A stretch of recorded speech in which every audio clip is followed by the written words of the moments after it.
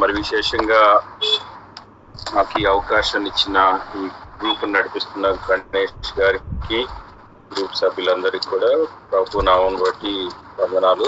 దేవునికి కూడా నేను కృతజ్ఞతాస్తుతులు చెల్లిస్తున్నాను. దేవుడు ఇచ్చినటువంటి అవకాశము అది కొన్నిసార్లు మనకు తెలియదు, కానీ సద్వినియోగం చేసుకుంటే మంచిది. I'm so glad. ఓకే అండి, ఈరోజు మనము 8వ అధ్యాయము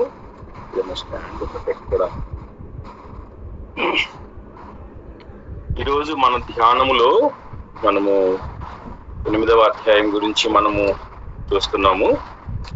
నిన్న 7వ అధ్యాయం కంప్లీట్ అయిపోయింది.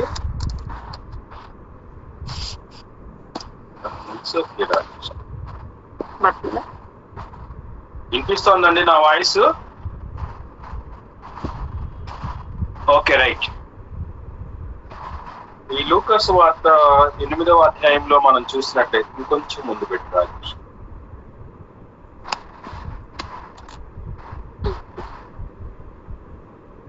లూకాసు సువార్త 8వ అధ్యాయంలో మనం చూసినట్లయితే మొదటి 3 వచనాల్లో అంటే స్త్రీల యొక్క పరిచర్య, లేకపోతే యేసుక్రీస్తుకు వారు ఆ 12 మంది శిష్యులతో కలిసి ఎట్లా వాళ్ళు యేసుక్రీస్తు యొక్క పరిచర్యలో ఆ పాలిభాగస్తులుగా ఉన్నారో మనము చూస్తాము.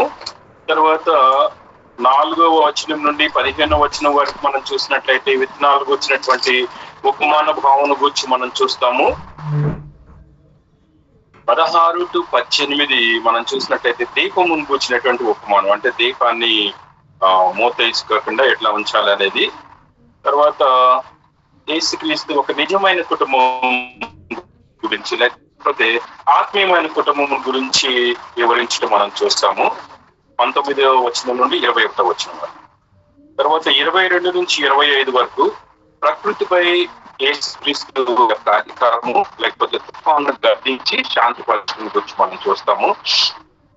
41 నుంచి 26 నుంచి 39 వరకు దెయ్యం పట్టినటువంటి వ్యక్తికి స్వస్థత గురించి మనం చూస్తాము. ఆ గెరాసేను దేశంలో ఉన్నటువంటి ఆ దెయ్యం పట్టినటువంటి వ్యక్తికి. 41 to 42 యాయిరు కుమార్తెను స్వస్థపరచుటకు క్రీస్తును తన ఇంటికి రమ్మని క్రీస్తుని బతిమలాడుకోవటం, లేకపోతే అయ్యా నువ్వు తప్పకుండా మా ఇంటికి రావాలని చెప్పటం గురించి మనము చూస్తాము. తర్వాత 43 నుంచి 48 వరకు రక్తస్రావం గల స్త్రీ బాగుపడ్డ ఈ విషయాల గురించి మనం చూస్తాము. యాయిరు కుమార్తెను యాయిరును 49 నుంచి 50 వచనాల్లో యాయిరును యేసుక్రీస్తు ధైర్యపరచడం. అంటే వేరే వాళ్ళు చెప్తారు, ఆల్రెడీ నీ కూతురు చనిపోయింది, ఇంకెందుకు బోధకుడిని నువ్వు ఇబ్బంది పెట్టొద్దని చెప్పి. కానీ యేసయ్య చెప్తున్నారు, వద్దు, నువ్వు అట్లా నమ్మిక మాత్రం ఉంచు, కూతురు గురించి నేను వస్తున్నాను నీ ఇంటికి అని చెప్పి యాయిరుని ధైర్యపరచడం గురించి మనం చూస్తాము. 51 నుండి 52 వచనాల్లో చూసినట్లయితే అక్కడ ఉన్నటువంటి వాళ్ళు యేసుక్రీస్తు ఏం చెప్పారంటే యాయిరు కుమార్తెని నిద్రించినదే గాని చనిపోలేదు అని చెప్పారు. తర్వాత ఆ విషయం విన్న తర్వాత వీళ్ళు ఏమంటారంటే ఆమె చనిపోయిందని యేసుక్రీస్తు అక్కడ ఉన్న వాళ్ళు యేసుక్రీస్తుని అపహాసం చేయటం గురించి మనం చూస్తాము 53వ వచనంలో. తర్వాత 54 నుంచి 56 వరకు యేసుక్రీస్తు యాయిరు కుమార్తెను బ్రతికించి ప్రాణంతో తన తల్లిదండ్రులకు అప్పచెప్పి ఆమెకి ఏదైనా భోజనం పెట్టండి అని చెప్పడం గురించి మనం చూస్తాం. అయితే ఇక్కడ మనం మొదటిగా మనం చూసినట్లయితే స్త్రీలు వాళ్ళు యేసుక్రీస్తు పరిచర్యలో పాలిభాగస్తులుగా ఉన్నటువంటి స్త్రీలు మనం చూసినట్లయితే వీళ్ళు ఎవరంటే కొందరు స్త్రీలు అనగా 7 దెయ్యములు వదిలిపోయిన మగ్దలేని అనబడిన మరియయు, హేరోదు యొక్క గృహ నిర్వాహకుడకు పూజా భార్యకు యోహన్నయు సూసన్నయు ఆయనతో కూడా నుండిరి. వీరును ఇతరుల అనేకులను ఆయన తమకు కలిగిన ఆస్తిలో వారికి ఉపచారము చేయించు వచ్చిరి. చూడండి, ఇక్కడ వాళ్ళు యేసుక్రీస్తు యొక్క పరిచర్యలో ఆయనకు ఉపచారం చేస్తున్నారు. దేంతోనంటే వాళ్ళ ఆస్తి, తమకున్నటువంటి ఆస్తితో. నేను బైబిల్లో చూసినప్పుడు స్త్రీలు దేవుని యొక్క సేవలోనే గాని, లేకపోతే దేవునికి సంబంధించినటువంటి విషయాల్లో వాళ్ళు చాలా ప్రాముఖ్యత వహించి, కొందరు స్త్రీలు వారు యేసుక్రీస్తు కొరకు పాత నిబంధనలో మనం చూసినట్లయితే దిబోరా ఏ విధంగా ఉంది, లేకపోతే మిరియాము, ఎస్తేరు, వీళ్ళందరూ కూడా ఎట్లా వాళ్ళు పరిచర్యలో లేకపోతే స్తుతి గీతంలో, అంటే యోర్దాను నది దాటిన తర్వాత మిరియాం ఒక మంచి గీతం పాడి వాళ్ళని దేవుని ఆరాధించినట్లయితే మనం చూస్తున్నాము. అంటే స్త్రీలేమి తక్కువ వాళ్ళు కాదు. మీరు చూసినట్లయితే యాకోబు రాసిన పత్రిక 3వ అధ్యాయం 28వ వచనంలో ఒక మాట ఉంటుంది. అంటే పురుషులని గాని స్త్రీలని గాని వాళ్ళని గాని ఈ భేదం ఏమి కూడా లేదు, అందరూ సమానులు అని చెప్పారు. వీళ్ళు చూస్తే ఎంత చక్కగా ఈ స్త్రీలు యేసయ్య పరిచర్యలు, అంటే వీళ్ళు ఏంటంటే వీళ్ళు ఎలాంటి వారంటే 7 దెయ్యములు వదిలిపోయిన మగ్దలేనే అనబడిన మరియయు, హేరోదు యొక్క గృహ నిర్వాహకుడకు పూజా భార్యకు యోహన్నయు సూసన్నయు ఆయనతో కూడా ఉండేది. ఇక్కడ మనం చూసినట్లయితే హేరోదు గృహ నిర్వాహకుడు. ఈ హేరోదు మనం చూసినట్లయితే హేరోదు యేసుక్రీస్తుకు తీర్పు తీర్చినటువంటి ఆయన. పిలాతు, వీళ్ళందరూ హేరోదు, వీళ్ళు చూస్తే ఇట్లా ఉన్నారు. అయితే ఈ హేరోదు ఎట్లా ఉన్నాడంటే, ఈ హేరోదు యొక్క వీళ్ళేమో యేసుక్రీస్తుకి వ్యతిరేకంగా ఉన్నారు, కానీ ఆ గృహ నిర్వాహకుని యొక్క భార్య మాత్రం యేసుక్రీస్తు పరిచర్యలో పాలిభాగస్తురాలు. ఇప్పుడు చూడండి, ఇప్పుడు వాళ్ళ యజమాని, వాళ్ళ భర్త అక్కడ పనిచేస్తున్నారు కాబట్టి మేము కూడా వాళ్ళకి వ్యతిరేకంగా ఉండాలని ఏమీ ఆమె అనుకోలేదు. కానీ ఈ పరిచర్యలో ఆమె ఎంతో సహాయకురాలుగా ఉన్నట్లుగా మనము చూస్తాము.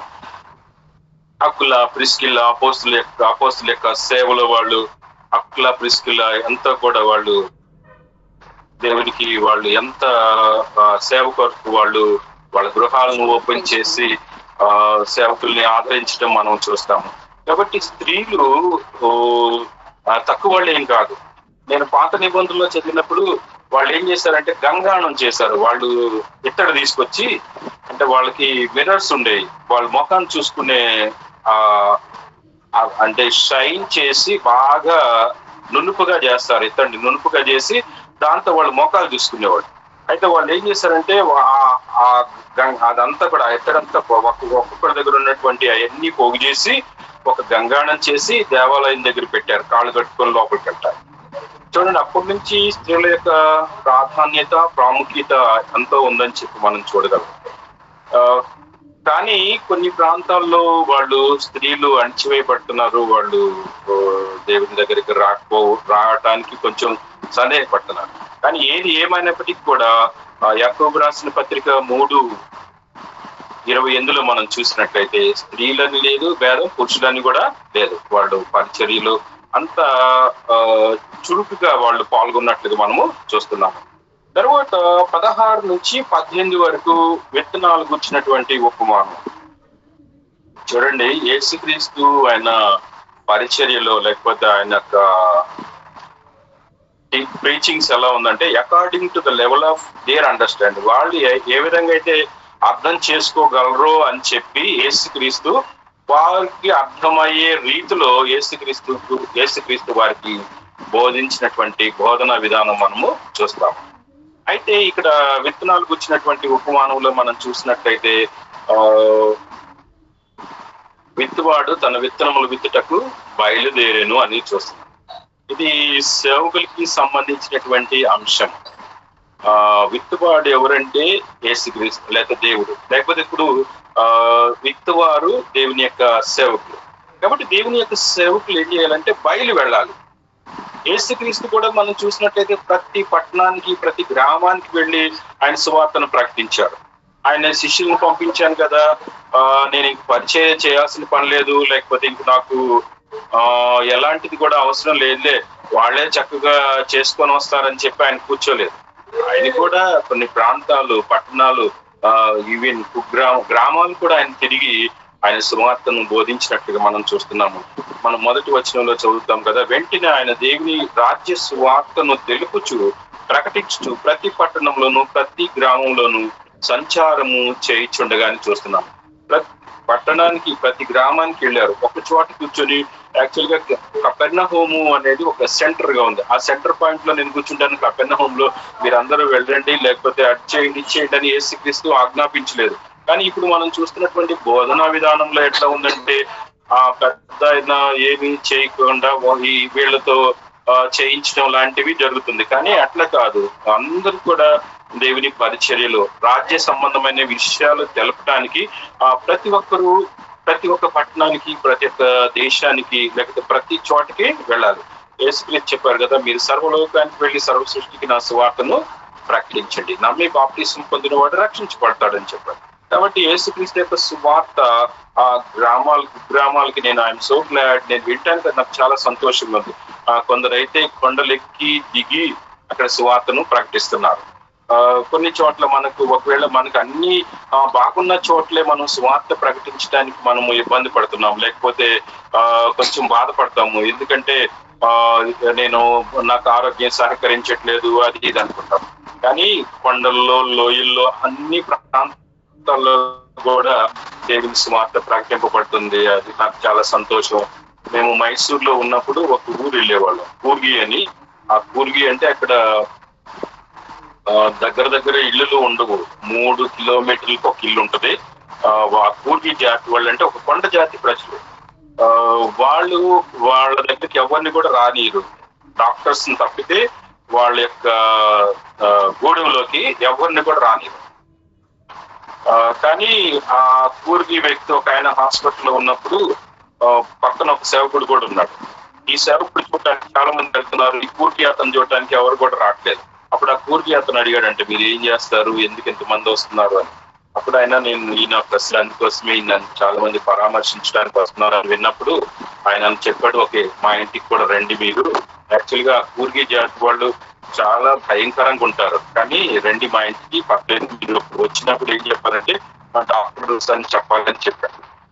నేను కూడా మైసూర్లో ఉన్నప్పుడు నేను వాళ్ళ దగ్గరికి వెళ్ళేటప్పుడు నాకు చాలా బాధ వేసింది. 3 కిలోమీటర్లు నడుచుకుంటూ వెళ్ళాము, కొండలు, లోయలు. తర్వాత అది అసలు ఒక 100 years మనం బ్యాక్ వెళ్తే ఎట్లా ఉందో అట్లా ఉంది ఆ ఏరియా.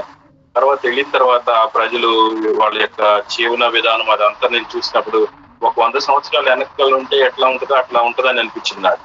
వాళ్ళకి మంచం లేదు, లేకపోతే కరెంట్ లేదు, ఏమి కూడా దొరకవు. అప్పటికప్పుడే వాళ్ళ పొలం నుంచి తెచ్చుకొని తినాలి. కానీ దేవుడు ఆ ప్రాంతానికి కూడా సువార్తను పంపిస్తున్నారు. కాబట్టి విత్తనవాడు ఏం చేయాలంటే తన విత్తనాలు విత్తడానికి బయలు వెళ్ళాలి. కానీ ఇప్పుడు చూస్తుంటే ది అదర్ వే రౌండ్ ఉంది. పొలం మాత్రం విత్తనాల దగ్గరికి వస్తుంది, కానీ విత్తనాలు పొలం దగ్గరికి వెళ్ళట్లేదు. సువార్త ఎవరికి అవసరమో వాళ్ళ దగ్గరని, ఇప్పుడు యథార్థ హృదయం గలవాన్ని చూడటానికంటే లోకమందంతటా ఆయన కన్ను దృష్టి సంచారము చేస్తుందని చెప్పి మనం చూస్తున్నాం. కాబట్టి ఈ సువార్త అన్ని ప్రాంతాలకు వెళ్ళాలి. ఈ విత్తువాడు ఏం చేయాలంటే తన విత్తనాలు విత్తడానికి బయలుదేరినప్పుడు కొన్ని త్రోవ ప్రక్కన పడ్డాయి, కొన్ని రాతి నేల మీద పడ్డాయి, కొన్ని ముండ్ల పొదల్లో పడ్డాయి, కొన్ని మంచి నేలల మీద పడ్డాయి. అయితే త్రోవ ప్రక్కన ఉండేవారు ఎలాంటి వారంటే వాక్యం వింటారు, కానీ వెంటనే అపవాది వారు విన్న దాన్ని వెంటనే తీసుకొని వెళ్తుంది. ఇది నేను చూస్తుంటే త్రోవ అనేది ఎవరికి సంబంధించింది కాదు. త్రోవ రోడ్డు ఉంటుంది కదా, రోడ్డు నీకు సంబంధించింది కాదు, నాకు సంబంధించింది కాదు, ఎవరికి కూడా సంబంధించింది కాదు. కానీ ఇలాంటి మాటలు వాక్యము ఏమాత్రం కూడా పనిచేయదు. వాళ్ళు కొంతమంది చెప్తారు, అందరూ ఒకటేనండి, అందరి దేవుళ్ళని మేము పూజ చేస్తాం, అందరితో మేము మంచిగా అందరి దేవుళ్ళకి మేము నమస్కారం చేస్తామని చెప్తారు. కానీ అన్ని ఒకటి కాదు కదా. కానీ ఇది అసలు వీళ్ళు ఎవరికి చెందిన వాళ్ళు, ఏ దేవుడికి చెందిన వాళ్ళు అని మనం చూసినట్టయితే వాళ్ళు ఎవరికి కూడా చెందిన వారుగా ఉండరు. ఈ త్రోవ ప్రక్కన పడిన విత్తనం ఏమైందంటే అతడు విత్తుడుగా కొన్ని విత్తనాలు త్రోవ ప్రక్కన పడి త్రొక్కబడిన కనుక ఆకాంక్ష పక్షులు వచ్చి వాటిని మృంగివేశాయి. ఇప్పుడు త్రోవలో నడుస్తూ ఉంటారు కదా, త్రొక్కపడుతుంది. కాబట్టి ఆ త్రోవ అనేది ఎవరికి చెందింది కాదు. అట్లాగే వీళ్ళు అసలు వాక్యం అసలు వింటారు కానీ అది వాళ్ళ హృదయంలో కూడా చొచ్చుకొని పోదు. వెంటనే సాతాను వచ్చి వాళ్ళ హృదయంలో నుంచి తీసుకెళ్లిపోతుంది. కాబట్టి ఏంటంటే వీళ్ళు క్రీస్తు కొరకు జీవించాలనే తపన గాని, క్రీస్తే రక్షకుడని గాని, యేసుక్రీస్తు నమ్ముకుంటే మాకు పరలోక రాజ్యం ఉంటుంది కానీ అనే విషయాలు మర్మాలు వీళ్ళకి తెలియపడవు.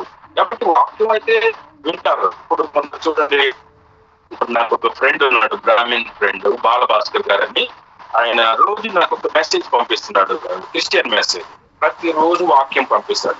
ఒక్కసారి ఆయన పంపించకపోతే ఏంటి ఇంకా బాలభాస్కర్ గారు వాక్యం పంపించలేదని అనుకుంటాను. ఎందుకంటే ఆయనకు కూడా ఆశ ఉంది ఈ యేసుక్రీస్తు గురించి, ఆశ ఉంది. కానీ వాళ్ళ దేవతలు కానీ అందరూ సమానమే అనే దృక్పథంతో, లేకపోతే అనే విషయంతో అతను చూస్తున్నాడు. కాబట్టి అట్లా కాదు, యేసుక్రీస్తులో ఉన్నటువంటి ప్రత్యేకతను మనము గమనించుకోగలిగినట్లయితే మంచిది. అంతేగాని అన్ని ఒకలాగే ఉన్నాయని చెప్పి మనం అనుకుంటే ప్రయోజనమే లేదు. అప్పుడు సాతాను చేసిన వెంటనే ఆ విత్తబడిన వాక్యాన్ని తీసుకెళ్ళిపోతుంది. చూడండి, ఇప్పుడు గురుడివాడిని ఒక అందమైన దృశ్యాన్ని మనం గురుడివాడికి చూపించామనుకో, గురుడివాడికి ఏం తెలిసింది? మనం దాంట్లో ఉన్నటువంటి ఒక జలపాతాన్ని కానీ, లేకపోతే కొండల నుంచి, మనం ఇక్కడ విజయవాడ నుంచి బొంబాయి వెళ్లే రూట్ లో చూస్తే అక్కడ చాలా కొండల్లో నుంచి నీరు రావడం, ట్రైన్ కూడా లోయల్లో నుంచి ఇట్లా పైకి ఎక్కడం చాలా బాగుంటది. కానీ కండ్లున్న వాడు ఏం చేస్తాడంటే ఆ దృశ్యాన్ని చూసి ఎంజాయ్ చేస్తాడు. చాలా ఆహ్లాదకరంగా ఉంది, సంతోషంగా ఉంది, అయితే ఈ ప్రాంతం చాలా ప్రకృతి యొక్క సృష్టి, లేకపోతే ప్రకృతి ఎంత అందంగా ఉందో అని చెప్పి అతను గమనిస్తాడు. కానీ కళ్ళు లేని వాడికి ఏం చేస్తుంది, ఏమి కూడా తెలియదు. రెండు దారికి చూపించి ఈ దానికి ఆధారికి ఉన్నటువంటి వ్యత్యాసం ఏంటని చెప్పమంటే అడిగితే చెప్తాడా? ఏమి కూడా చెప్పలేడు. కాబట్టి మనము వాక్యం వినేవారు మాత్రమే మనం ఉండకూడదు. వాక్యం వినేవారుగా మనము ఉంటున్నాం. మేము ఎన్నో సంవత్సరాల నుంచి మనం వాక్యం వింటున్నాం. నిన్న గణేష్ గారు ఒక మెసేజ్ పెట్టారు కదా, మీలో ఎవరైనా వాక్యం చెప్పడానికి ఇంతవరకు ఎవరు కూడా ముందుకు రాలేదు, మీలో ఎవరైనా చెప్తారా అని చెప్పినప్పుడు నాకు యాక్చువల్ గా నన్ను అడిగారు, కానీ వేరే పని ఉండటం వల్ల నేను కుదరదని చెప్పాను. తర్వాత ఆ మెసేజ్ చూసినప్పుడు నాకు కొంచెం బాధేసింది, అయ్యో ఎవరు రాలేదని చెప్పి. మళ్ళా నేను చూసిన తర్వాత ఐహెచ్ఎల్ గారు బయటకు వచ్చారు. అప్పుడు నాకు సంతోషం వేసింది. చూడండి, ఇప్పుడు ఈ గ్రూప్ నడిపించడానికి గణేష్ గారు పడుతున్నటువంటి తపన నాకు చూసినప్పుడు, ఆయన 2-3 సార్లు ఒక్కోసారి నన్ను అడుగుతున్నప్పుడు లేదండి కుదరదని చెప్పినప్పుడు అనిపిస్తుంది నాకు, పాపం ఇంకొకరిని అడగాలి అని చెప్పి. కాబట్టి ఈ వాక్యము మనకి ఈజీగా రావట్లేదండి. వాళ్ళు ఎంతో ప్రయాసపడి కష్టపడి ఈ వాక్యాన్ని మన దగ్గరకు తీసుకొస్తున్నారు. కానీ మనం ఒక చెవితో వినేసి రెండవ చెవితో వదిలిపెట్టినట్లయితే ఈ త్రోవ ప్రక్కన పడిన వాళ్ళలాగే ఉంటాం. తర్వాత రెండవది మనం చూసినట్లయితే రాతి నేల మీద పడింది. రాతి నేల మీద పడటం వల్ల ఏమైందంటే ఆ విత్తనానికి చెమ్మ లేనందువల్ల, లేకపోతే నీరు లేనందువలన, ఇప్పుడు రాయి మీద నీరు నిలవదు కదా, ఆ నీరు చెమ్మ లేనందువలన అది మొలిసింది కానీ ఇది చనిపోయింది. వీళ్ళు ఎలా ఉన్నారంటే వాళ్ళు ఎలా ఉన్నారంటే రాతి నేల నుండి వారు ఎవరుగా వినినప్పుడు వాక్యం సంతోషంగా అంగీకరించేవారు కానీ వారికి వేరులందున కొంచెం కాలం నమ్మి శోధన కాలమున తొలగిపోగుదురు. వీళ్ళు దాంట్లో ఫస్ట్ త్రోవ ప్రక్కబడినటువంటి విత్తనం అసలు మొలవలేదు. ఈ రాతి నేల పడిన విత్తనం మొలిచింది కానీ ఆ వేరు లేనందువలన ఏమైందంటే అది మాడిపోయింది సూర్యరశ్మి వచ్చినప్పుడు. వీళ్ళు ఎలా ఉన్నారంటే కొంచెం కాలం ఉంటారు కానీ శోధన కాలం వచ్చినప్పుడు వాళ్ళు నిలవలేరు అని చెప్పి మనం చూస్తున్నాం. కాబట్టి మనం ఏం చేయాలంటే ప్రతిదినము క్రీస్తు యేసునందు వేరు పారిన వారమై మనం ఉండాలి. అంటే మన వేర్లు లోపలికి వెళ్ళాలంటే మనం శోధనలో జయించుకోవాలి. శోధనలు ప్రతి ఒక్కరికి శోధనలు వస్తాయి. శోధనలు లేనటువంటి మనిషి ఎవరు కూడా ఉండరు. కొన్ని శోధనలు దేవుడే అలౌ చేస్తారు మన మీదకి. ఇప్పుడు యేసుక్రీస్తు విషయంలో మనం చూసాం కదా, సాతాను చేత శోధింపబడటానికి ఆయన అరణ్య ప్రదేశానికి ఆత్మ వలన తోడుకొని వెళ్ళారు. తర్వాత ఏబు గారి గురించి మనం చూసినట్లయితే ఏబు గారి విషయంలో దేవుడే చెప్పారు, వెళ్ళు ఆయన నువ్వు ఎన్నైనా చేసుకో, ఏమి కూడా ఆయన విశ్వాసంలోనే గాని, ఆయన యొక్క పట్టుదలలో గాని ఎలాంటి వ్యత్యాసము తేడా ఉండదు. ఆయన నువ్వు వెళ్ళమని చెప్పి అధికారం ఇచ్చింది యేసయ్యే, దేవుడే. కాబట్టి చాలా సార్లు మనము కొన్నిసార్లు ఏం చేస్తామంటే మన స్వకీయ దురాశల చేత మనం వేడువబడి శోధనలోకి మనం ప్రవేశిస్తాం. కొన్నిసార్లు మన విశ్వాసానికి పరీక్షలు రావచ్చు. కాబట్టి వీళ్ళు ఏం చేస్తారంటే వాక్యం విన్నప్పుడు చాలా సంతోషంగా ఉంది, అబ్బా ఈ వాక్యం చాలా బాగుంది, బాగా చెప్పారని చెప్తారు. కానీ శోధన కాలం వచ్చినప్పుడు, కొంచెం శోధన వచ్చినప్పుడు దాన్ని తట్టుకోలేక మళ్ళా అరే బాగుంది మనం వెనక్కి వెళ్ళిపోదామని అనుకుంటారు. మీరు ఐగుప్తుల గురించి, ఐగుప్తు దేశంలో నుండి ఇశ్రాయేలు బయటకు వచ్చినప్పుడు వాళ్ళు ఏం చెప్పారు? శోధన వచ్చినప్పుడు మేము వాళ్ళు అసలు అక్కడ పడిన కష్టాన్ని గాని శ్రమను గాని వాళ్ళు మూలిగారు. యెహోవా దేవునికి వాళ్ళు మూలుగుతూ, అది దేవుడు వాళ్ళ మూలుగును విని ఆ సేవకులను పంపించి వాళ్ళకి విడుదల కలుగు చేశారు. కానీ శోధన కాలం వచ్చినప్పుడు ఏం చెప్తున్నారు? అయ్యో మమ్మీ ఇక్కడ చచ్చిపోవాలా, మాకు అక్కడ బాగుంది అనే మాటలు వాళ్ళ నోట్లో నుండి వచ్చింది. అంతేకాదు ఇంకొకటి ఏం చెప్తున్నారు? ఆహార విషయంలోకి వచ్చేటప్పటికెళ్ళి మేము కొండల దగ్గర దోసకాయలు వండుకొని తిన్నాం, అది తిన్నాం, ఇది తిన్నాం అని చెప్తున్నారు. కానీ మన్నా దేవుడు ఆకాశం నుండి కురిపించి వాళ్ళని పోషించారు. దేవుడు చేసినటువంటి అద్భుతాలు వాళ్ళు మర్చిపోయారు, అన్ని కూడా మర్చిపోయారు. దేవుడు ఎన్నో అద్భుతాలు వాళ్ళ ముందు చేశారు. ఆ ఫరో హృదయాన్ని కఠినపరచడం, మళ్ళా మెత్తను చేయడం, ఇవన్నీ కూడా జరిగింది కదా. కానీ ఇవన్నీ కూడా వాళ్ళు మర్చిపోయి ఏమంటున్నారంటే మేము అక్కడ చేసాం, ఇక్కడ చేసాం. వాళ్ళు పడిన కష్టాన్ని వారు జ్ఞాపకం తెచ్చుకోరు.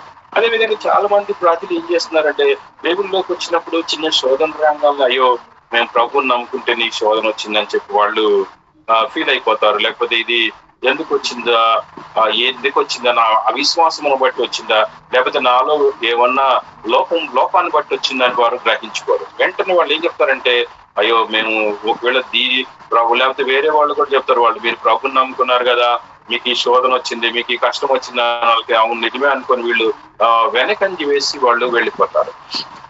మేము ఇక్కడ హైదరాబాద్ నుంచి ఒక ఊరు వెళ్లే వాళ్ళము, అది గోవిందరావుపేట అని చెప్పి ములుగు బస్రా అనే ఏరియాలో ఉంటుంది. అది అక్కడ మేము వెళ్ళిన ప్రతిసారి వాళ్ళకి ఏదో ఒకటి నష్టం కలిగేది. కానీ వాళ్ళు ఒక్కటే చెప్పేవాళ్ళు, అయ్యా ఇవన్నీ సహజం, మామూలు మనిషి అన్నాక లేకపోతే ఇవి అన్నాక ఏదో ఒకటి జరుగుతుంది. కాబట్టి మాకు యేసయ్య మాకు తెలుసు, యేసయ్య గురించి మాకు తెలుసు, మాకు దేవుడే కావాలి, ఈ నష్టం వచ్చిందప్ప అని దేవుని స్తోత్రం అనేవాళ్ళు. నేను వాళ్ళ యొక్క విశ్వాసం చూసినప్పుడు నాకు చాలా ప్రోత్సాహకరంగా ఉండేది. అప్పుడే నేను సేవలో స్టార్ట్ చేశాను. చాలా చిన్న వయసు కూడా నాది. వాళ్ళని చాలా ప్రోత్సాహపరిచేవాళ్ళు. వాళ్ళ విశ్వాసము ఇతరులను ప్రోత్సాహపరిచేది. తర్వాత ఆంటీ కూడా ఏమైందంటే ఆమె చనిపోవటానికి ముందు ఏం చేసిందంటే వాళ్ళ బిడ్డలను పిలిచి, వాళ్ళు హిందూ కుటుంబాల నుంచి వచ్చారు కాబట్టి వాళ్ళు ఒకవేళ తను చనిపోతే ఏం చేస్తారు, మామూలుగా తీసుకెళ్లి సమాధి చేయరు, వాళ్ళు కాల్ చేస్తారు అని చెప్పి వాళ్ళ కుమారులు ఇద్దరిని పిలిచి, అయ్యా మీరు నేను చనిపోయిన తర్వాత నన్ను పెట్టిలో పెట్టి తీసుకెళ్ళండి కానీ కాల్చొద్దని చెప్పి. అయితే వాళ్ళు కుమారులు ఓకే అని చెప్పారు. కానీ అంత నమ్మకం లేదు. మరణానికి చాలా సమీపంగా ఉన్నప్పుడు ఏం చేసిందంటే ఒక సమాధి బాక్స్ పెట్టి తీసుకొచ్చి తన పక్కనే పెట్టుకుంది, మంచం పక్కనే పెట్టుకుంటే చాలా మంది వాళ్ళ బంధువులు కానీ వీళ్ళందరూ ఏంటమ్మా నీకు భయం లేదా, మరణం అంటే నీకు భయం లేదా అంటే ఒకటే మాట, నేను ఎంతకాలం ఎదురు చూసింది అక్కడికి వెళ్ళటానికే కదా, ఆ దేవుడిని కలుసుకోవటానికే కదా, ఇప్పుడు నా యేసై నేను కలుసుకుంటాను, అందుకంటే నాకు కావాల్సింది ఏంటని చెప్పి. కాబట్టి మన విశ్వాసము అలా ఉన్నట్లయితే మంచిది. కొంచెం చిన్న శోధన వచ్చిన వాళ్ళకి వచ్చేటప్పటికల్లా దాన్ని తట్టుకోలేని వారుగా మనము ఉండకూడదు. తర్వాత మూడవది, ఫస్ట్ ఏం చేసిందంటే త్రోవ పక్కన పడింది, రెండవది రాతి నేల పడింది, మూడవది ముండ్ల పొదల్లో పడింది. ఈ ముండ్ల పొదలు ఆల్రెడీ ఉన్నాయి, ముళ్ళ పొదల్లోనే విత్తనం పడింది. చూడండి, ఇప్పుడు మనకు కూడా మన మానవ స్వభావము క్రీస్తు ఎరగక మునిపే మనకి మానవ స్వభావం ఉంది. మనము ఎట్లాంటి వాళ్ళము, మన జీవితాలు లేకపోతే మనకు అన్ని కూడా అంటే ఒక మానవునికి ఉండాల్సిన అన్ని కూడా మనకి ఉన్నాయి. కాకపోతే ఈ హృదయంలో లేకపోతే ఈ వీటిలో పడినప్పుడు మన యొక్క మానవ స్వభావము దేవుని యొక్క వాక్యాన్ని అణిచివేయకూడదు. ఈ ముండ్ల పదంలో ఉన్న వాళ్ళు ఎలా ఉన్నారని చూసినట్లయితే, ముండ్ల పదంలో పడిన విత్తనములు పోలిన వారనగా విని కాలం గడిచిన కొలది ఈ జీవన సంబంధమైన విచారముల చేతను ధనభోగముల చేతను అణిచివేయబడి పరిపక్వముగా ఫలించరు. ఎందుకంటే వీళ్ళకి ధనం మీద ఆశ ఉంది. ధన భోగముల చేత అణిచివేయబడి, ఆ తర్వాత ఈ జీవన సంబంధమైన విచారము చేతను ధనభోగముల చేతను అణిచివేయబడి పరిపక్వముగా ఫలించిన వారు. వీళ్ళు చూస్తే పరిపక్వంగా ఇప్పుడు వీళ్ళది ఏం చేస్తుంది, ఫస్ట్ అసలు త్రోవ ప్రక్కన ఉన్న విత్తనం అసలు మొలవలేదు, రాతి మీద పడింది, కొంచెం మొలిచింది కానీ కొంతకాలమే ఉంది. తర్వాత మొండ్ల పనులతో ఫలించడానికి కొంచెం దగ్గరగా వచ్చినట్లుగా మనం పరిపక్వంగా ఫలించలేదు అని చెప్పి మనం చూడదు. ఎందుకంటే ఆ ఫలించే టైం వచ్చేటప్పుడు వల్ల ఈ మొండ్ల పదులు విత్తనాన్ని అణిచివేసింది అని చెప్పి మనం చూస్తున్నాం, అణిచివేసింది. అట్లాగే మనం కూడా దేవునితో ఆరంభిస్తున్నాం. నేను యేసయ్యతో నడవాలి, యేసయ్యతో జీవితాంతం ఉండాలి అని చెప్పి మనం నిశ్చయ తీర్మానం చేసుకుంటాం. మనం తీర్మానం చేసుకున్నప్పుడు మనం ఏమనుకుంటాం, ప్రభుతో నేను ఎప్పుడు కూడా నా మరణ పర్యాంతం నేను నడుస్తాను అని మనం అనుకుంటాం. కానీ కొంత దూరం నడిచిన తర్వాత మనకి ఏమనిపిస్తుంది అంటే, వార్పా రూతు మనం చూస్తున్నాం కదా, వార్పా కొంత దూరం నడిచిన తర్వాత మళ్ళీ అత్త వాళ్ళతో మాట్లాడింది, మీరు తిరిగి వెళ్ళిపోవాలంటే వెళ్ళిపోవాలన్నప్పుడు ఆమె ముద్దు పెట్టుకొని ఏం చేసింది, మళ్ళీ వెళ్ళి తన స్వదేశానికి తన ప్రాంతానికి వెళ్ళిపోయింది. కానీ రూతు మాత్రం ఏమైతే ముద్దు పెట్టుకుందో ఆమె ఉందని మనం చూస్తున్నాం. కాబట్టి మనం కూడా ఈ వాక్యము మనలో పడి మొలిచి కొంతకాలం అట్లా ఉంటుంది. కానీ ఆ విచారముల చేత గాని, ధనభోగముల చేత గాని, లేదా ఇంకొక దాని చేత గాని మనము ఆ వాక్యాన్ని లేకపోతే ఆ విత్తనాన్ని మనము మొలిచినటువంటి దాన్ని మనం పరిపక్వముగా ఫలింపకుండా మనం చేస్తున్నామేమో ఒకసారి మనం ప్రశ్నించుకోవాలి. చూడండి, ఇది ఏం చేస్తుంది అంటే ఇవన్నీ కూడా అణిచివేస్తున్నాయి. కాబట్టి దేవుని యొక్క స్వభావము మనలో దేవుని యొక్క స్వభావం ఆయన తీసుకురావాలని కోరుతున్నాడు. కానీ మనం మన స్వభావాన్ని హెచ్చించుకొని ఈ విచారముల చేత మనము దేవునితో నడవటం మనం వెనకంజి వేస్తున్నామేమో ఒకసారి మనము పరిశీలన చేసుకోవాలి. పౌలు గారు చెప్పారు కదా, బ్రతుకుటైతే క్రీస్తు, చావైతే అది ఆయన యొక్క నిర్ణయం. ఏదైనా సరే నేను క్రీస్తు కొరకే జీవిస్తాను, క్రీస్తు కొరకే ఉంటాను అనే నిర్ణయం, దృఢమైన సంకల్పానికి మనము రావాలి. ప్రతిదినము మనం ఒక తీర్మానం చేసుకోవాలయ్యా, ఈ రోజు నేను నీతో సరిగా ఉండాలని కోరుతున్నాను, నా నోటిని జాగ్రత్త పట్టుకుంటాను, నా కనుదృష్టిని, నా పనుల్ని, వీటన్నిటిని కూడా నేను సరి చేసుకొని ఈ రోజు నేను నీతో జాగ్రత్తగా నడుస్తానని చెప్పి మనము ప్రతిదినము తీర్మానం చేసుకొని మనం ముందుకు వెళ్తేనే దీన్ని మనం జయించగలం. లేకపోతే మన హృదయంలో విత్తబడినటువంటి వాక్యాన్ని మనము అణిచివేసే వారిగా ఉంటాం. ధనాపేక్ష చూసినట్లయితే సమస్త కీడులకు మూలము. లేకపోతే అదే ధనాపేక్ష మనల్ని ఏం చేస్తుందంటే యేసయ్య దగ్గర నుండి దూరంగా తీసుకెళ్ళిపోతుంది. ఒక వ్యక్తి యవనస్తుడు యేసుక్రీస్తు దగ్గరకు వచ్చాడు కదా, సద్బోధకుడు నిత్య జీవం పొందడానికి నేను ఏం చేయాలని చెప్పి అడిగాడు. అడిగితే యేసయ్య ఓకే మంచిదే, అయితే నువ్వు వచ్చి నన్ను వెంబడించాలంటే ఓకే, నువ్వు ఆకలిని గైకుంటున్నావు, అవును నేను తప్పకుండా వాటన్నిటిని నేను గైకుంటున్నాను, అయితే నీకు ఒకటి పొదువుగా ఉంది, నీకు కలిగిన ఆస్తి మొత్తం పేదలకు ఇచ్చి వచ్చి నన్ను వెంబడించుకున్నప్పుడు ఏమైంది, అతనికి మిగిలిన ఆస్తి గలవాడు కనుక ఆ మాటలకు చిన్నపుచ్చుకొని మళ్ళీ ఎన్నడూ కూడా యేసుక్రీస్తు దగ్గరకు రాలేదు. యేసుక్రీస్తు దగ్గరికి ఎప్పుడు కూడా మళ్ళా రాలేదు. అతని గురించి మళ్ళీ ఇంకో చోట ఎక్కడ కూడా మనము చదవము. కాబట్టి మనము ఈ విచారములు, ధనభోగములు, తర్వాత జీవన సంబంధమైన విచారముల చేతను ధనభోగముల చేతను మనము అణిచివేయబడేవారుగా మనము ఉండకూడదు. అణిచివేయబడేవారుగా మనం ఉన్నట్లయితే దేవుని వాక్యాన్ని మన హృదయంలో పరిపక్వముగా ఫలింపకుండా మనము ఆటంకపరిచేవారుగా ఉంటాము. వీళ్ళు చూడండి, వీళ్ళందరూ కూడా వాక్యం వినేవాళ్లే. ఈ 4 గ్రూపులకు సంబంధించినటువంటి మనుషులు వాక్యం వింటున్నారు, కానీ ఎలా ఉన్నారంటే వీళ్ళు పరిపక్వంగా ఫలింపని వారు. కానీ పరిపక్వంగా ఫలించిన వారు ఎవరని మనం చూసినట్లయితే మంచి నేలను ఇత్తనమును పోలిన వారు ఎవనగా యోగ్యమైన మంచి మనసుతో వాక్యం విని దాన్ని అవలంబించి ఓపికతో ఫలించువారు అని చెప్పి, ఓపికతో ఫలించేవారు. వాక్యం వింటున్నారు, తర్వాత దాన్ని వినిన వాక్యాన్ని యోగ్యమైన మంచి మనసుతో వాక్యం విని, చూడండి వాక్యం వినడానికి కూడా యోగ్యమైన మంచి మనసు కావాలి. యోగ్యమైన మంచి మనసు లేకుండా మనం వాక్యం వింటే ఏం ప్రయోజనం లేదు, అది మన హృదయంలో మొలవలో ఫలించదు. కాబట్టి మన వాక్యం వినటానికి కూడా యోగ్యమైన మంచి మనస్సును కలిగిన వారమై మనం వాక్యం వినటానికి మనము ఆశపడినట్లయితే మంచిది. యేసుక్రీస్తు చెప్పారు కదా, వినుటకు చెవులు గలవాడు వినుగాక. చెవులున్నాయి కానీ వాక్యం వినటానికి కాదండి. యోగ్యమైన మంచి మనసుతో వాక్యం వినడానికి మనకు చెవులున్నాయా లేదా అని చెప్పి మనము పరిశీలన చేసుకోవాలి. యోగ్యమైన మంచి మనసుతో వాక్యము విని తర్వాత దానిని అవలంబించి ఓపికతో ఫలించేవారు.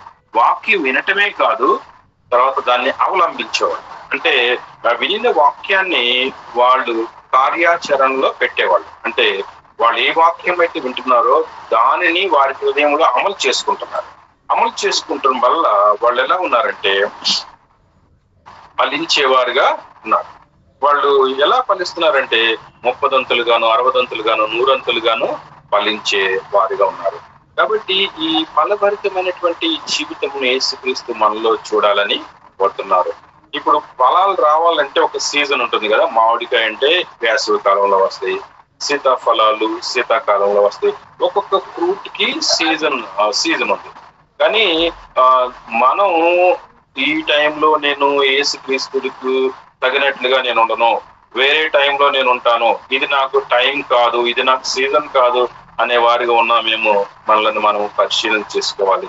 యేసుక్రీస్తు ఇప్పుడొచ్చి మన దగ్గర ఫలము కోరినట్లయితే అప్పుడు మనము ఫలము చూపించే వారిగా మనము ఉండాలి. మంచి నేలని పడిందంటే, ఇప్పుడు మంచి నేల అంటే చక్కగా దున్ని తర్వాత దాంట్లో నుంచి రాళ్ళు అవన్నీ కూడా తీసేసి ఉంచినప్పుడే అది మంచి నేల అవుతుంది.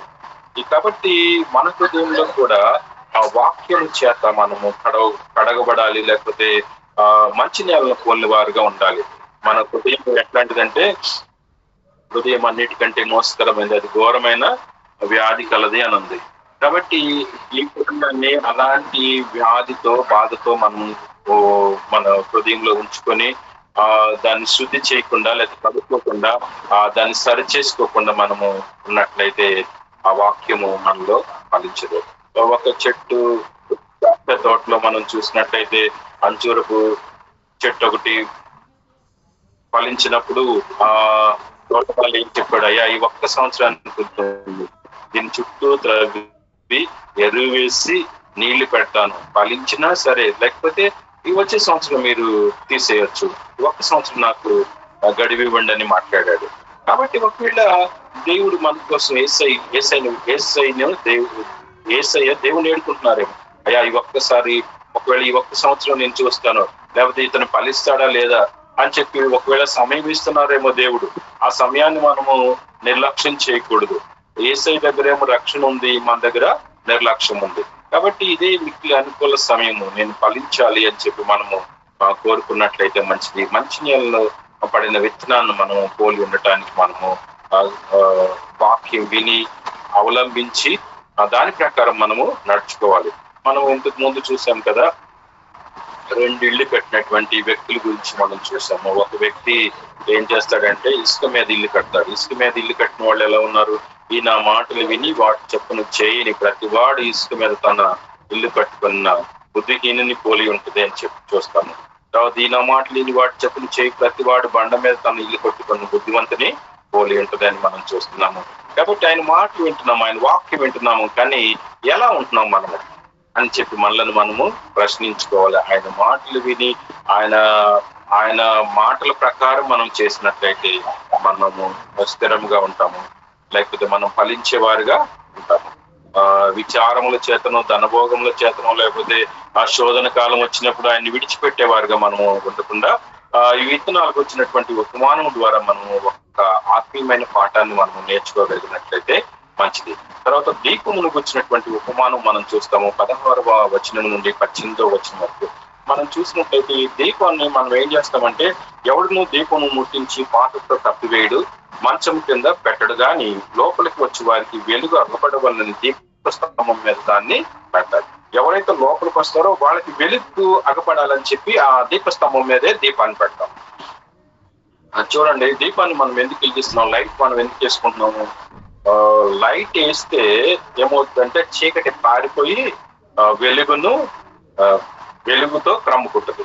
కాబట్టి మన జీవితంలో కూడా దేవుడు వెలిగించినప్పుడు, మన జీవితాలను వెలిగించినప్పుడు అది ఇతరులకు కనపడకుండా మనము కప్పు పెట్టేవారుగా ఉండకూడదు. ఇతరులకు వెలిగించినట్టుగా, లేకపోతే వాటి ఇతరులు లోపలికి రావడానికి దారి చూపించేదిగా మనము ఉండాలి. చూడండి, మనము ఒకవేళ దేవుని సంఘంలోనున్నాము, దేవుని కుటుంబంలోనున్నాము, కానీ ఇతరులు లోపల రావడానికి మన జీవితం ఏమైనా ఆటంకంగా ఉందేమో ఒకసారి మనము పరిశీలన చేసుకోవాలి. ఇతరులు దేవుని యొక్క కుటుంబంలో చేరటానికి మనము ఆ దీపస్తంభం దీపం లాగా ఉన్నామా లేదా, లేకపోతే ఒక నక్షత్రం వల్లే మనం ఉన్నామా లేదా అని చెప్పి మనము చూసుకోవాలి. ఇతరులను యేసయ్య దగ్గరకు నడిపించాలి, కానీ ఆ వెలిగింపబడినటువంటి దీపము ఒక కప్పివేయబడినట్లయితే అది వెలుగును ఎవరికి కూడా చూపించదు. కాబట్టి మనం ఇది చీకటి అనే లోకంలో వెలుగు జ్యోతుల వల్లే ప్రకాశింపబడాలని దేవుని యొక్క ఉద్దేశము. యేసయ్య అందుకోసమే మన జీవితాలు వెలిగించారు. మనం చీకట్లో ఉన్న వారిని వెలుగులోని పిలిచి తన ఆశ్చర్య కార్యములు లేకపోతే గుణాతిశయంలో ప్రచురము చేయ నిమిత్తం అని చెప్పి రాజులని ఆచరి సమూహంగా మనల్ని ఏర్పరచుకున్నారు. అంతేకాని మనం వెలిగింపబడిన మనము మన వెలుగుని ఇతరులకు కనపడకుండా మనము చేసేవారిగా మనం ఉండకూడదు. నేను గొర్రెల గురించి విన్నప్పుడు, గొర్రెలంట ఒక క్యాండిల్ వెలిగిస్తే దాని చుట్టూ చేరతాయి, కానీ మేకలు మాత్రం ఎక్కడో సందుల్లోకి వెళ్ళి ఆ దీపం దగ్గరికి రావట. కాబట్టి మన స్వభావం, ఒకవేళ మేక స్వభావం మనం కలిగి ఉన్నట్లయితే ఆ వెలుగు దగ్గరికి మనం ఎవరిని కూడా రప్పించే వారిగా ఉండము. కాబట్టి గొర్రెలు ఏ విధంగా అయితే ఆ దీపం చుట్టూ ఉంటుందో, మనం కూడా వెలిగింపబడిన మనము ఇంకా వేరే వాళ్ళని, లేకపోతే నశించున్న వారిని మనం క్రీస్తు దగ్గరికి తీసుకొచ్చే వారిగా ఉండాలి. లేకపోతే దేవుడు మనకి ఇచ్చినటువంటి తలంతును మనము వ్యాపారం చేసి ఇంకా దానికి, అంటే మనం యేసయ్య ఒక జ్ఞానం ఇచ్చారు, ఆయనే రక్షకుడు అని చెప్పి మనకు అర్థమైంది, కానీ దాని గురించి ఇంకా లోతుగా ధ్యానించి తలస్తే ఇంకా మరికొన్ని విషయాలు తెలుస్తాయి. అంతేగాని ఆలోచన వచ్చింది, ఓకే పర్వాలేదు అని చెప్పి దాన్ని మనము పాతి పెట్టేవాళ్ళుగా ఉండకూడదు, లేకపోతే దాన్ని వదిలేసేవారుగా ఉండకూడదు. మనం చూస్తాం కదా, 5 ఇచ్చినవాడు ఇంకొక 5 సంపాదించుకున్నాడు, 2 ఇచ్చినవాడు ఇంకొక 2 సంపాదించుకున్నాడు. 1 ఇచ్చినవాడు మాత్రం ఏం చెప్పాడు, అయ్యా నువ్వు అన్యాయస్తుడివి, లేకపోతే విత్తనం చోట ఏదో చెప్పేసి ఏం చెప్తున్నాడు, నువ్వు అందుకని నీ తీసుకెళ్లి జాగ్రత్తగా దాచిపెట్టాను అని అన్నాడు. బట్టి మనం కూడా దేవుడు మనకు ఇచ్చినటువంటి తలంపును, లేకపోతే దేవుడు మనలో ఉంచినటువంటి వెలుగును ఇతరులు చూచినట్లుగా, లేకపోతే ఆ ఇతరులకు మనము వెలిగించే వారిగా, దారి చూపించే వారిగా మనము ఉండటానికి మనము ప్రయాసపడాలి. ఎందుకంటే ఒక చిన్న వెలుగు ఎంత చీకటినైనా తరిమేస్తుంది. కాబట్టి చీకట్లో ఉన్న వారిని మనం వెలిగించడానికి మనము ప్రయత్నం చేయాలి. వెలిగించకుండా మనము వారిని, మన వెలుగును కప్పేసినట్లయితే వారికి దారి కనపడదు కదా. కాబట్టి మన బాధ్యత ఏంటంటే ఇతరులకు దారి చూపించడం కోసం మనము ఆ వెలుగును వెదజల్లే వారిగా మనము ఉండాలి. తర్వాత మనం చూసినట్లయితే యేసుక్రీస్తు ఒక కుటుంబం గురించి మాట్లాడతారు. అంటే వాళ్ళు వచ్చి, ఇదిగో మనం 19 నుంచి 21 వచనం మనం చూసినట్లయితే అక్కడ ఏముందంటే, ఆయన తల్లియు సహోదరులు ఆయన యొద్దకు వచ్చి జనులు గుంపుగా ఉండుట చేత ఆయన దగ్గరకు రాలేకపోయారు. అప్పుడు నీ తల్లియు నీ సహోదరులు నిన్ను చూడగోరి వెలుపల నుంచి ఉన్నారని ఆయనతో చెప్పినప్పుడు ఆయన ఏమంటారంటే, ఎవరు నా తల్లి, ఎవరు నా సహోదరులు, దేవుని వాక్యం విని దాని ప్రకారం జరిగించు మీరే నా తల్లియు నా సహోదరులని వారితో చెప్పాను అని చూస్తున్నాను. చూడండి, ఇక్కడ యేసుక్రీస్తు అంటే తన కుటుంబం గురించి మాట్లాడుతున్నప్పుడు ఇది సహజ సంబంధమైన కుటుంబమే, కానీ యేసయ్య మాట్లాడుతుంది ఆత్మ సంబంధమైన కుటుంబం గురించి. ఆత్మీయమైన విషయాలు యేసుక్రీస్తు వారితో బోధిస్తున్నారు, వారితో చెప్తున్నారు. ఆత్మీయమైన విషయాలు వారు గ్రహించుకోవాలని యేసుక్రీస్తు ఈ మాట మాట్లాడుతున్నారు. ఎవరు నా తల్లి, ఎవరు నా సహోదరులు, నీ దేవుని వాక్యము విని దాని ప్రకారము జరిగించి వీరే నా తల్లియు నా సహోదరులని వారికి చెప్పాను అని చూస్తున్నాము. యేసయ్యకి ఇది ఒక మతం కాదండి, మార్గం, మనం నడవలసినటువంటి మార్గం. సమస్య కాదు, సంబంధం. దేవునికి మనకు మధ్యలో ఒక సంబంధం. కాబట్టి ఆ సంబంధాన్ని ఎవరైతే యేసుక్రీస్తుతో కలిగి ఉంటారో వారే ఆయన యొక్క బిడ్డలు, లేకపోతే ఆయన యొక్క తల్లి గాని సహోదరులు గాని. ఇప్పుడు యేసయ్య ఏమో సంబంధాన్ని మనకు ఆయనకు మధ్య సంబంధం పెరగడానికి ఆయన చూస్తున్నారు. మనమైతే తుంచి వేసుకునే వాళ్ళగా లేకపోతే దాన్ని కట్ చేసుకునే వారుగా ఉన్నామేమో మనం పరిశీలన చేసుకోవాలి.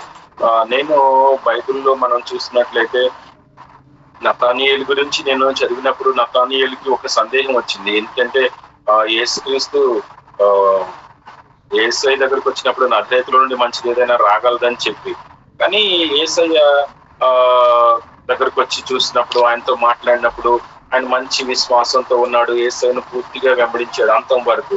తిబిరియా సముద్రం దగ్గర యేసుక్రీస్తు శిష్యులకు ప్రత్యక్షమైనప్పుడు ఈ నతానియేలు కూడా ఉన్నాడు. కానీ మనం ఇందాక ఒక యవనస్తుడు ఒక ధనికుడి గురించి మనం మాట్లాడుకున్నాం కదా. అప్పుడు అతను ఏం చెప్పాడు, మిగిలిన ఆస్తి గలవాడు కనుక ఆ మాటలకు దుఃఖపడి ఆయన్ని విడిచి వెళ్ళిపోయాడు. చూడండి, ఆయనకి ఏమో దుఃఖం వేసింది, వెళ్ళిపోయాడు. ఇప్పుడు ఆ బంధం పెరిగిందా, తగ్గిపోయింది? దేన్ని ప్రేమిస్తున్నాడంటే ఆస్తిని ప్రేమించడం వలన యేసయ్యతో ఉన్నటువంటి బంధము తెగిపోయింది. బంధం పెంచుకోవడానికి వచ్చాడు కానీ ఆ మాటలు, యేసుక్రీస్తు మాటలు అతనికి కొంచెం కష్టం కలిగించేసి తిరిగి వెళ్ళిపోయాడు. కష్టం యేసయ్య మాటల్లో లేదు కానీ అతని హృదయంలోనే ఉంది. యేసుక్రీస్తు మాటలు కఠినమైనవి అని చెప్పి కొందరు చెప్పారు. ఇవి ఎవడు వినగలడు, ఇవి చాలా కఠినమైన మాటలు అని చెప్పి ఒకరి వెంట ఒకరు వెళ్ళినప్పుడు పేతురు గారు ఏం చెప్పారు, ఆ శిష్యులు అందరి తరపు నుంచి మాట్లాడి ఏం చెప్పారు, ఇవి నిత్య జీవపు మాటలు గలవని నమ్మి విశ్వసించి ఎరిగి ఉన్నామని చెప్పారు. ఎవరైతే నమ్ముతారో, ఎవరైతే విశ్వసిస్తారో అవి వారికి నిత్య జీవపు మాటలుగా ఉంటాయి. నమ్మని వారికి ఏమిటంటే ఆ కఠినమైన మాటలుగా ఉంటాయి. కాబట్టి ఆయన కుటుంబంలో చేర్చడానికి యేసయ్య దగ్గరికి మనం వస్తున్నాము. మనం నమ్మి విశ్వసించినట్లయితే ఆయన కుటుంబంలో చేరతాము. మన విశ్వాసంలో మనం దృఢంగా ఉన్నట్లయితే, ఆయన మాటలు విని ఆ వాక్యానుసారంగా మనం నడుచుకున్నప్పుడు మనము దృఢంగా ఒక మంచి పునాది వేయబడిన వాళ్ళగా మనము ఉంటాము. తర్వాత 22వ వచనం నుండి 25వ వచనం వరకు మనం చూసినట్లయితే ఆ ప్రకృతిపై యేసుక్రీస్తు యొక్క అధికారం గురించి మనం చూస్తాము. ప్రకృతిపై ఆ తుఫాన్ని గద్దించి శాంతిపరచడం గురించి మనం చూస్తున్నాము. ఇప్పుడు ఆయన దోణిలో శిష్యులతో పాటు ఉన్నారు. వాళ్ళు వెళ్తున్నప్పుడు సముద్రం మీద సముద్రము ఏం చేసిందంటే పొంగి అది సముద్రము పొంగుతున్నప్పుడు తుఫాను ఒకసారి మనం చూద్దాము. 22వ వచనం నుండి తన శిష్యులతో కూడా ఒక దోణి ఎక్కి సరస్సు అద్దరికి పోదుమని వారితో చెప్పగా వారు ఆ దోణిని త్రోసి బయలుదేరి వారు వెడిచుండగా ఆయన నిద్రించను. అంతలో గాలి వాన సరస్సు మీదకి వచ్చి దోణి నీళ్లతో నిండినందున వారు అపాయకరమైన స్థితిలో ఉండేది. కనుక ఆయన ఎద్దుకు వచ్చి ప్రభువా నశించిపోతున్నామని చెప్పి ఆయన లేకుడి. ఇక్కడ చూడండి, వాళ్ళు మేము నశించిపోతున్నాము, గాలివాన వచ్చి సరస్సు మీదకి వచ్చి గాలివాన, వేరే భాగంలో తుఫాన్ అని మనం చూస్తున్నాము, ఇక్కడ గాలివాన అని చూస్తాము. అయితే గాలివాన వచ్చి దోణిలో నీళ్లు నిండినందున వారు అపాయకరమైన స్థితిలో ఉండిరి. కనుక ఆయన ఎద్దకు వచ్చి ప్రభువా మేము నశించిపోతున్నామని చెప్పి ఆయన లేపినప్పుడు గాలిని నీటి పొంగును గద్దింపుగాని అవి అణగి నిమ్మలమాయనని చూస్తున్నాము. ఇక్కడ చూడండి, వీళ్ళందరూ ఏమో గలిబిలిగా ఉన్నారు. గాలివాన వస్తుంది, దోణిలోకి నీళ్ళు వచ్చినాయి, నీటి పొంగు ఇట్లా ఉంది అని చెప్పి వాళ్ళు కొంచెం ఆతృత పడుతున్నారు, భయపడుతున్నారు. అపాయకరమైనటువంటి స్థితిలో మేము ఉన్నాము అని వాళ్ళు అనుకుంటున్నారు. కానీ యేసయ్య ఆ అపాయం నుండి వాళ్ళని తప్పించగలరనే విశ్వాసము వీరిలో లేదు.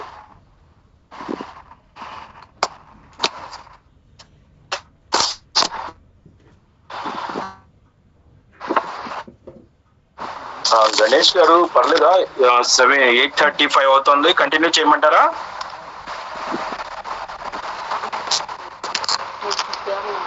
కంటిన్యూ చేయమంటారా? 8:35 అవుతుంది. సరే, ఓకే. ఎవరు మాట్లాడలేదు, కొంచెం సరిగ్గా పెట్టండి సార్. పర్లేదు.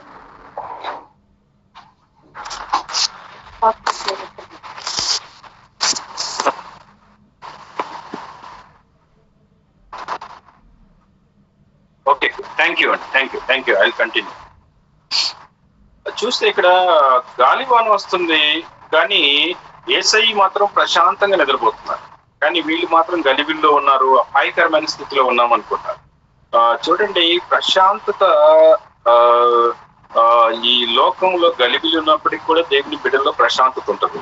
ఎందుకంటే పౌలు గారు ప్రభునందు ఆనందించి మల్ల చెట్టును ఆనందించది అని వారికి పిలిపిలికి రాస్తున్న పత్రికలో ఆయన సంబోధించినప్పుడు ఏమంటారంటే ప్రభునందు ఆనందించడు. కానీ ఆయన ఆ మాట చెప్తున్నప్పుడు ఆయన ఎక్కడున్నారంటే జైలు ఖైదీలో ఉన్నారు. ఖైదీగా ఉండిన వ్యక్తి, ఏ పాపము నేరం చేయకుండా వెళ్ళిన వ్యక్తి ఆ మాటలు చెప్తూ అంటే చాలా గ్రేట్ కదా. ఎందుకంటే నిజమైన ప్రశాంతత ఆయనలో ఉంది కాబట్టి, నిజమైన ఆనందం ఉంది కాబట్టి ఇతరులను ఆయన ఆనందపరిచేవాడుగా ఉన్నారు. ఇక్కడ చూసినట్లయితే యేసయ్యలో కూడా ప్రశాంతత ఉంది. ఈ లోక సంబంధమైనటువంటి అశాంతి ఆయన ప్రశాంతతకు భంగం కలుగ చేయలేదు. తర్వాత వీళ్ళు భయపడిపోయి ఏం చెప్పారు, లేదు ప్రభువా అని లేపినప్పుడు ఆయన గాలిని నీటి పొంగును అణిచివేసి గద్దించినప్పుడు వీళ్ళు ఏమనుకుంటున్నారంట, ఈయన ఎవరో గాలి ఇదంతా కూడా ఆయనకి లోబడి చిన్నదని చెప్పి ఒకరితో ఒకరు మాట్లాడుతున్నట్టుగా మనం చూస్తున్నాము.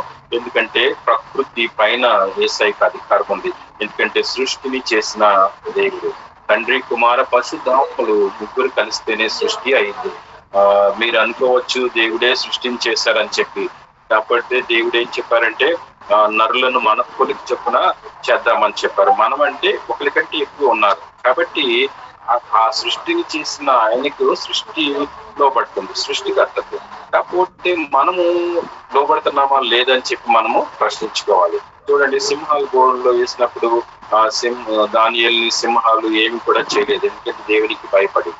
అట్లాగే సృష్టిలో ప్రతిదీ కూడా దేవునికి భయపడుతుంది, కానీ మానవులమైన మనమే దేవునికి భయపడలేదు.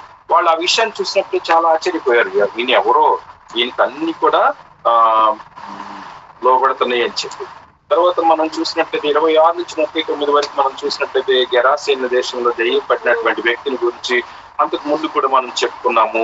ఇతనికి సేన అంటే సేన అంటే అనేకములు. అంటే నేను వేరే సేవకుని అడిగినప్పుడు, ఒక పెద్ద సేవకుని అడిగినప్పుడు రోమా సైన్యాన్ని కూడా ఒక సేన అని చెప్తారు అని చెప్పారు. అయితే సేన అంటే ఎక్కువ, అనేకులు అని అర్థం అన్నమాట. అయితే ఈ మనిషిని ఎవరు కూడా స్వస్థపరచలేదు, బాగు చేయలేదు. కానీ యేసయ్య అతన్ని స్వస్థపరిచారు, బాగు చేశారు. అతను బట్టలు కట్టుకునేవాడుగా చేసినప్పుడు ఆ గెరాసీన్లు ఏం చెప్పారు, నువ్వు ఇక్కడ ఉండొద్దయ్యా, నువ్వు వెళ్ళిపోమని చెప్పారు. ఎందుకంటే వాళ్ళది పందుల వ్యాపారం అని చెప్పి మనం చూస్తాం. వాళ్ళు ఆ దేశంలో ఎక్కువ పందులు ఉంటాయి, వాళ్ళ వ్యాపారం పందులు. అంటే ఒక పందికి ఇచ్చినటువంటి విలువను, ఒక జంతువుకి ఇచ్చినటువంటి విలువను యేసయ్యకి వారు ఇవ్వలేకపోయారు. చూడండి, ఎవరు కూడా, ఏ మానవుడికి కూడా అతను బాగు చేయలేకపోతున్నాడు. వేరే భాగంలో మనం చూసినట్లయితే అతను సంఖ్యలతో బంధించినప్పటికీ తుత్తునీరుగా వాటిని చేస్తున్నాడు అని చెప్పి మనం చూద్దాం. ఎవరు బాగు చేయనటువంటి వ్యక్తిని యేసయ్య బాగు చేశారు కాబట్టి ఆయన మన దగ్గర ఉంటే ఇంకా ఎన్నో అద్భుతాలు మనం చూస్తామని అనుకోవట్లేదు. ఈయన గనక మన దగ్గర ఉంటే మన పందులకు నష్టం, మన వ్యాపారానికి నష్టం. కాబట్టి ఈయన మన దగ్గర ఉండటానికి ఏమాత్రం వీల్లేదని చెప్పి ఆయన పంపేసినట్లుగా మనం చూస్తున్నాము. కాబట్టి యేసయ్య గురించినటువంటి విషయాల్లో మనము లాభంగా ఉండే వాటిని మనము, ఒకవేళ ఈయన వస్తే మాకు ఆ లాభం పోతుందని మనం తలంచినట్లయితే యేసుక్రీస్తుని మనము చేర్చుకునే వారిగా మనము లేనట్టే అని చెప్పి మనం చూడలేము. తర్వాత ఈ దెయ్యం ఏం చెప్పింది, ఇంకో వేరే భాగంలో చూసినట్లయితే దావీదు కుమారుడా మాతో నీకేమి పని అని చెప్పింది. యేసయ్య దావీదు కుమారుడు అని బాగా తెలుసు, కానీ తన చెడ్డ క్రియలు వదిలి యేసయ్యని వెంబడించడం మాత్రం సాతానికి ఇష్టం లేదు. దేవుని వాక్యం ఇచ్చిన మనం కూడా యేసయ్య గురించి, యేసయ్య గొప్పతనం గురించి మనకు బాగా తెలుసు. ఆయనే లోకరక్షకుడు అని చెప్పి మన కన్నులు తెరవబడినప్పుడు, లేకపోతే అన్ని మనం గ్రహించుకోగలిగినప్పుడు యేసయ్యకి ఇష్టం లేని కార్యములు మనం చేస్తున్నామంటే ఆ సాతానికి మనకు మధ్యలో ఎలాంటి తేడా లేదని చెప్పి మనము గమనించుకోవాలి. 41 నుంచి 42లో మనం చూసినట్లయితే యాయీరు కుమార్తెను స్వస్థపరచడానికి యేసుక్రీస్తుని తన ఇంటికి రమ్మని చెప్పి ఆయన కాళ్ళ మీద పడి మొక్కి చెప్తున్నారు. చూడండి, ఇక్కడ ఈయన మనం చూసినట్లయితే సమాజ మందిరపు అధికారి అని చెప్పి మనం చూస్తాము. ఈ సమాజ మందిరపు అధికారి యేసుక్రీస్తుని ఏం చెప్తున్నాడు, యేసుక్రీస్తుని తన 12 ఏళ్ల కుమార్తె, ఇంచుమించు 12 సంవత్సరములు వయసు కలిగినటువంటి ఆమెను బ్రతికించాలి, లేకపోతే అనారోగ్యం పొంది రా ప్రభు అని చెప్పి వేడుకుంటున్నప్పుడు యేసయ్యను వేడుకున్నాడు ఇంటికి రమ్మని చెప్పి. యేసుక్రీస్తుని అడుగుతున్నప్పుడు తర్వాత ఏమైందంటే ఆయన వెళ్తున్నప్పుడు రక్తస్రావం కలిగిన స్త్రీ వచ్చింది. మేము కూడా 12 సంవత్సరాల నుంచి బాధపడుతుంది ఈ రక్తస్రావం కలిగిన స్త్రీ కూడా. కానీ ఏమేమనుకుందంటే ఆయన వస్త్రపు చెంగును మాత్రం నేను ముట్టినా బాగుపడుతున్నాను అనుకొని చెప్పి ఆయన వస్త్రపు చెంగును ముట్టుకున్నప్పుడు వెంటనే ఆమె రక్తదార కట్టింది. అప్పుడు యేసుక్రీస్తు ఏం చెప్పారు, నాలో నుండి ప్రభావము బయటికి వెళ్ళింది, నాలో నుండి ప్రభావం బయటికి వెళ్ళింది. ఎవరు నన్ను ముట్టిందని అడుగుతున్నప్పుడు పేతురు గారు అన్నాడు, ప్రభు జన సమూహం తొక్కిసలాడుతూ ఉన్నారు, నన్ను ముట్టింది ఎవరు అని అంటే, లేదు నాలో నుండి ప్రభావము బయలువెళ్ళింది. అప్పుడు ఆమెకి నేను ఇంకా యేసై ఎదుట నేను నిజం చెప్పాలి, లేదా నేనే ముట్టుకుందని చెప్పాలని చెప్పి యేసై దగ్గరికి వచ్చి చెప్తే మా యేసై ఏం చెప్పారంటే ఆమెతో ఒక మంచి మాట చెప్పారు. ఏం చెప్తున్నారంటే,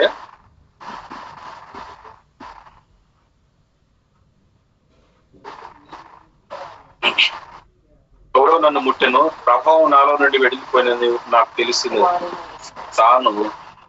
తాను మరుగై ఉండలేదని ఆ స్త్రీ చూచి వణుకుచూ వచ్చి ఆయన ఎదుట సాగిలిపడి తాను ఎందు నిమిత్తం ఆయన ముట్టెను వెంటనే తాను ఎలాగో స్వస్థపడిన ఆ సంగతి ప్రజలందరికీ చెప్పేసింది. చూడండి, ప్రజలందరి ఎదుట ఆమె చెప్పినప్పుడు అందుకే ఆయన కుమారి నీ విశ్వాసము నిన్ను స్వస్థపరచును, సమాధానం గలదానివై వెళ్ళుము అని చెప్పారు. ప్రజలందరూ ఎదుట ఆమె చెప్పింది, అయ్యా ఇదిగో నా పరిస్థితి ఇది, నేను ఎందుకు వచ్చాను, నీ ఎదుటికి రావడానికి ఒకవేళ నీ వస్త్రపు చెంగు మాత్రం నేను ముట్టుకుంటే నేను బాగుపడతానని అనుకున్నాను అని చెప్పారు. అయితే కుమారి నీ విశ్వాసం నిన్ను స్వస్థపరిచింది, ఇప్పుడు సమాధానం గలదానివై వెళ్ళమని చెప్పారు. యేసయ్య దగ్గరకు వచ్చినప్పుడు మనకి చాలా మందికి సమాధానంతో వస్తాము, కానీ తిరిగి వెళ్ళేటప్పుడు యేసయ్య దగ్గర నుండి మనం సమాధానం పొందుకున్న వారిగా మనము వెళ్ళాలి. అనేక వైద్యుల చేత తిప్పబడింది, చాలా చోట్లకి వెళ్ళింది, కానీ ఎక్కడ కూడా ఆమెకి స్వస్థత దొరకలేదు. యేసు గురించి వింది, ఆయన ఉన్న చోటికి పరిగెత్తుకుంటూ వచ్చింది, ఆయన వస్త్రపు చెంగు ముట్టుకుంది, వెంటనే ఆమె స్వస్థపడింది, ఆమె రక్త ద్వారా కట్టింది. కాబట్టి మనం యేసుక్రీస్తు గురించి వింటున్నాము, కానీ మనలో ఈ విశ్వాసం ఉందా? మనం నీ విశ్వాసమే నిన్ను స్వస్థపరిచింది. ఇక్కడ యేసయ్య ఆమెను ముట్టలేదు, కానీ ఆమె యేసయ్యను ముట్టింది. చూడండి, ఒకవేళ నీకు విశ్వాసం ఉంటే నమ్ముట నీ వలన అయితే నమ్మవానికి సమస్తము సాధ్యం అని చెప్తున్నాం. కాబట్టి ఈ విశ్వాసం మనకు ఉందా లేదా అని చెప్పి మనము పరిశీలన చేసుకోవాలి.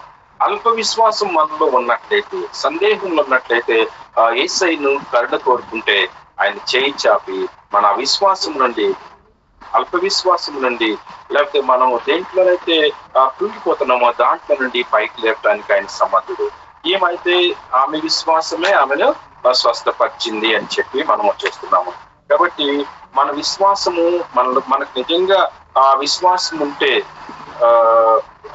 తప్పకుండా జరుగుతుంది అనే విశ్వాసం మనలో ఉన్నట్లయితే, ఏదైతే మనకు కావాలని మనం కోరుకుంటామో దాన్ని మనం, అంటే కావాలని కోరుకుంటాం దేవుని చిత్తంలో అయి ఉండాలి, మీ చిత్తం కాదు, లేదా నాకు అది ప్రభు ఇది ప్రభు నాకు విశ్వాసం ఉంది ఎందుకు ఇవ్వట్లేదు అని చెప్పి మనం, అది కాదు, దేవుని చిత్తం అయితే ఇస్తారు.